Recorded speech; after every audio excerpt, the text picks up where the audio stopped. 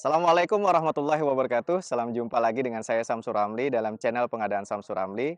Hari ini kebetulan saya sedang ada kelas di Kabupaten Blitar dan kita sempat berjalan-jalan di Komplek Candi Panataran di Kabupaten Blitar. Ini salah satu situs budaya yang luar biasa ya, masih sangat terjaga. Saya juga takjub dengan beberapa relief-relief yang ada menceritakan kehidupan masyarakat pada saat itu. Dan ini kalau tidak salah udah ratusan tahun yang lalu dibangun di zaman kerajaan Kediri hingga sampai pada kerajaan Majapahit. Dan ini salah satu situs yang juga menjadi salah satu latar dari serial radio dulu yang sangat terkenal, yaitu serial radio Tutur Tinura. Nah, di situ menjelaskan, saya ingat bahwa Arya Kamandanu membawa Meisin ke sini untuk diobatin karena terluka. Nah, hari ini saya tidak bercerita tentang persoalan cerita radio itu, tapi bercerita tentang topik yang lagi hangat-hangatnya dibicarakan, yaitu topik tentang, peningkatan penggunaan produk dalam negeri.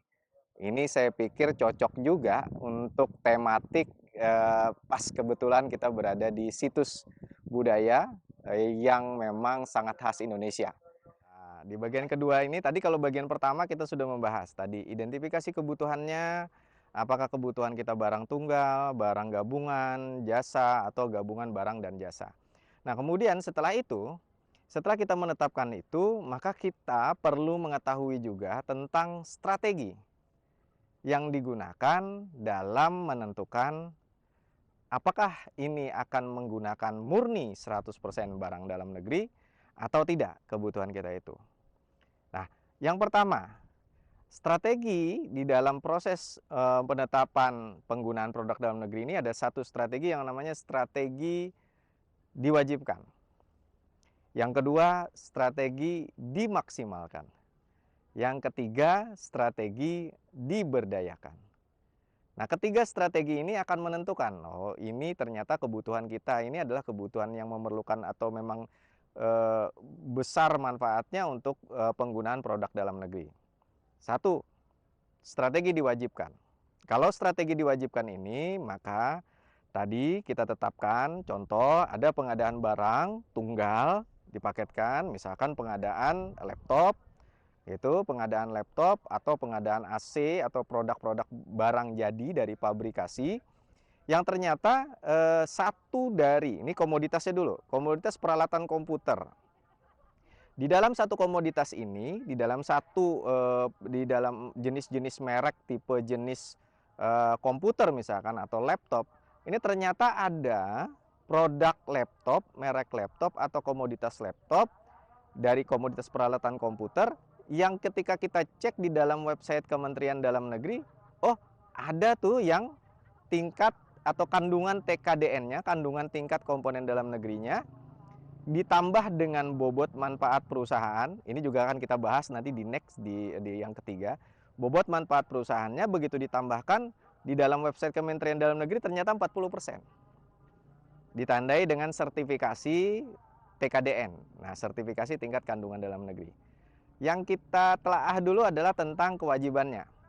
Jadi kalau ada sertifikat TKDN plus BMP dari satu produk di dalam satu komoditas, maka kita wajib dengan catatan tadi barang tunggal ya, dengan catatan barang tunggal.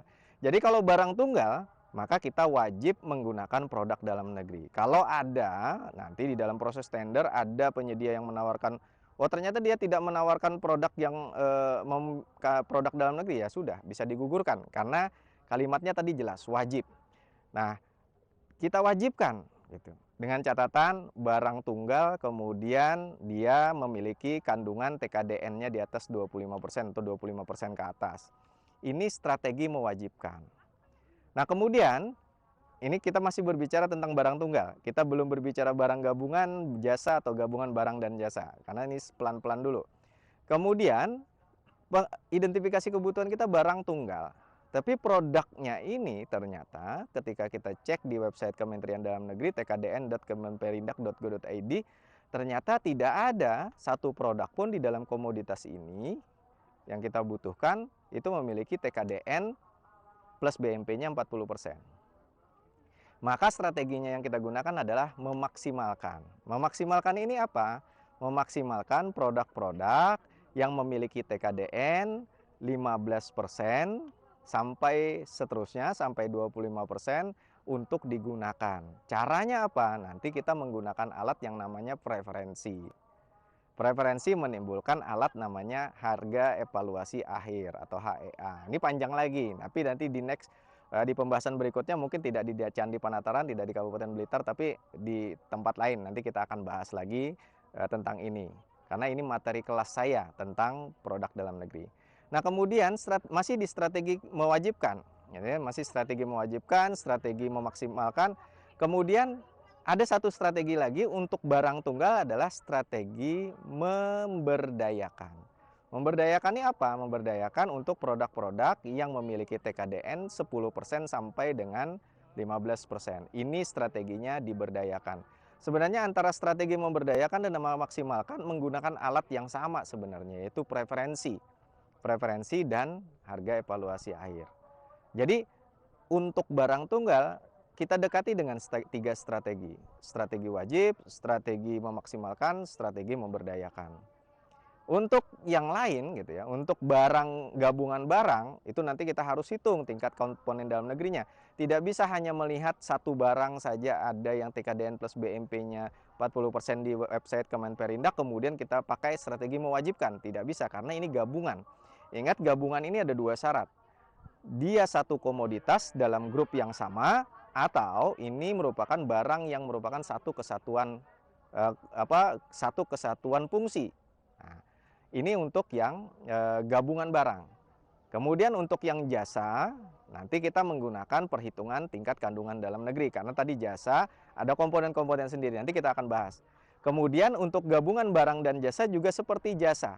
Jadi untuk yang gabungan barang, jasa, kemudian gabungan barang dan jasa, strategi yang dipakai itu adalah strategi memaksimalisasi dan strategi memberdayakan, yang dimana alatnya adalah preferensi dan harga evaluasi akhir. Sehingga kita nanti bisa menentukan sebenarnya yang wajib itu apa. Yang wajib TKDN kah, yang wajib PDN kah? Kalau kita lihat tadi berarti yang memiliki TKDN di bawah 10%, upaya memaksimalkan memberdayakan juga tidak bisa dilakukan. Sehingga kemungkinan besar kebutuhan kita hanya bisa dipenuhi oleh produk-produk non produk dalam negeri. Jadi kalau memang produk yang kita butuhkan adalah produk non dalam negeri, maka otomatis mau tidak mau ya tidak suka kita perlu produk impor. Sehingga tidak dilarang menggunakan produk impor apabila memang kebutuhan kita tidak bisa dipenuhi oleh produk-produk yang dari produk dalam negeri. Tidak bisa ini baik dari sisi kualitas, kuantitas maupun dari sisi lokasi atau waktu yang kita butuhkan. Nanti kita akan bahas lagi lebih dalam soal itu. Saya Samsul Ramli dari Candi Penataran. Salam pengadaan. Wassalamualaikum warahmatullahi wabarakatuh.